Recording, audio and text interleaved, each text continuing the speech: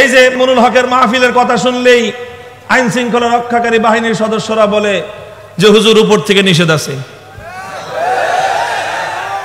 এই যে একটা সমস্যা, কয় আমাদের তো কোনো সমস্যা নাই, আমরাও তো হুজুরের ওয়াজ শুনতে যাই, কিন্তু উপরের থেকে নিষেধ আছে, কাজেই আমাদের কিছু করার নাই, সরি। ঠিক আছে, এটাই কথা, যুক্তির কথা এটাই। ওনারা ওনাদের দায়িত্ব পালন করবেন, এজন্য ওনারা সরি বলেন, কারণ ওনাদের ঊর্ধ্বতন কর্তৃপক্ষের নির্দেশ ফলো করতে ওনারা বাধ্য। এই কথাটা কেন আমাদের ব্যাপারে বুঝেন না আপনারা? আমরাও তো একজনের চাকরি করি। আরে এটা বুঝেন না যে আপনারা যখন আমাদেরকে এমপিও ভুক্তি দিতে চান, আমরা কেন নেই না? আপনারা আমাদেরকে গম দিতে চান, আমরা নেই না? আপনারা টাকা দিতে চান, আমরা নেই না? জোর করে বলেন যে আমরা এমপিও ভুক্তি দিব, আমরা বলি নিব না।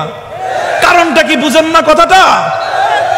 কারণ তো এটাই, আমরা তো একজনের চাকরি অলরেডি করতেছি, আর ওই চাকরির সঙ্গে যেটাই সাংঘর্ষিক হয়ে দাঁড়াবে তার বিরুদ্ধাচরণ করা, সেটাই আমাদের ডিউটি আর জিম্মাদারি। আল্লাহর কসম খেয়ে বলি, ক্ষমতার হালুয়া রুটির ভাগ বাটোয়ারা অর্জন করা আমাদের জিন্দেগির বিন্দুমাত্র লক্ষ্য নয়। আমরা ওই ক্ষমতার সিংহাসনের চেয়ে আল্লাহ প্রদত্ত আমাদের ওই সালার চটকে অনেক বড় সৌভাগ্যের বিষয় মনে করি। মাদ্রাসার তালেবে ইলমদেরকে যারা করুণার দৃষ্টিতে দেখেন, দৃষ্টিভঙ্গি বদলান, দৃষ্টিভঙ্গি বদলান।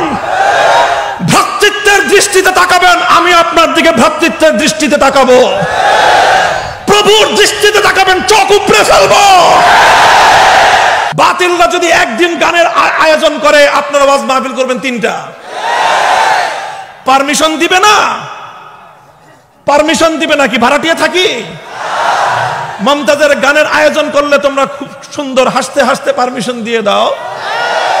আমরা কি ভারত থেকে আসছি না পাকিস্তান থেকে আসছি? পরিষ্কার কথা, এটাই আমাদের অধিকারের কথা।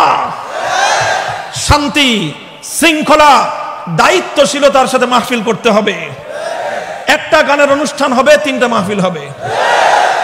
একটা সাংস্কৃতিক অনুষ্ঠানের নামে বেহায়াপনা হবে, 10টা মাহফিল হবে।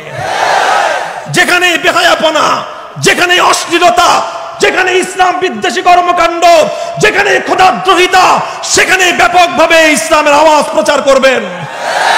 আমি কোথাও গেলে সেখানে সবাই একটা উদ্বেগ, উৎকণ্ঠা নিয়ে অপেক্ষমান থাকে, জানি কি হবে। কারণটা কি? কারণটা কি?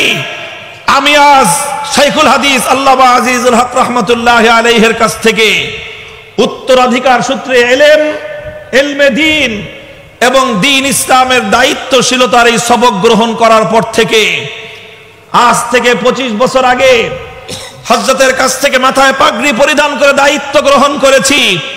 বিগত 25 বছরে আমাদের এমন কোন রেকর্ড নেই যেখানে আমরা দায়িত্ব জ্ঞানহীন কোনো কাজ করেছি। তাহলে কেন আজকে এই উদ্বিগ্ন অবস্থা, কেন আজকে এই উদ্বেগ এবং উৎকণ্ঠার পরিস্থিতি? জোরে কথা বলি, আরো জোরে বলা উচিত, আরো জোরে কথা বলা উচিত। কারণ আমরা তো এখানে ভাড়াটিয়া হিসেবে থাকি না।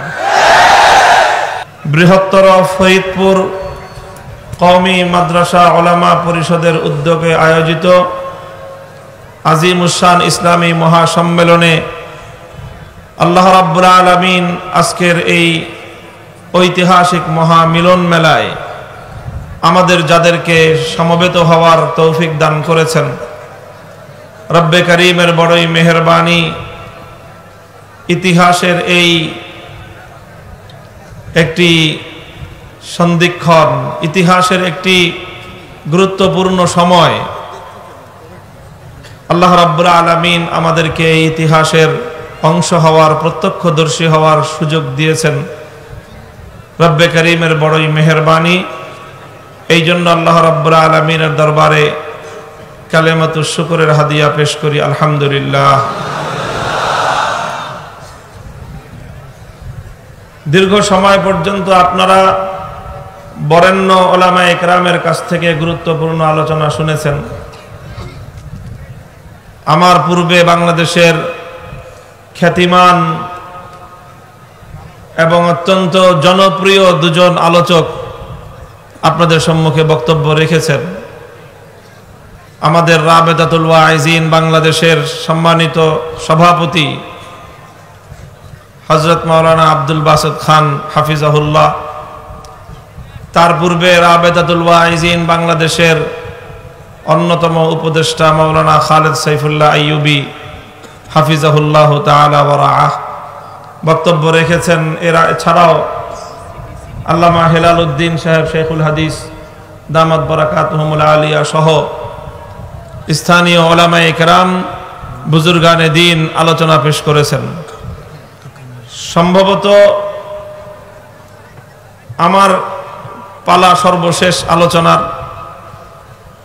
মঞ্চে দেশের বরেণ্য বৃহত্তর এই ফরিদপুর অঞ্চলের বরেণ্য উলামায়ে কেরামগণ উপস্থিত আছেন। আজকের এই জলসায় সভাপতিত্ব করছেন হযরতুল আল্লাম হযরত মাওলানা আকরাম আলী সাহেব হুজুর দামাত বারাকাতুহুমুল আলিয়া।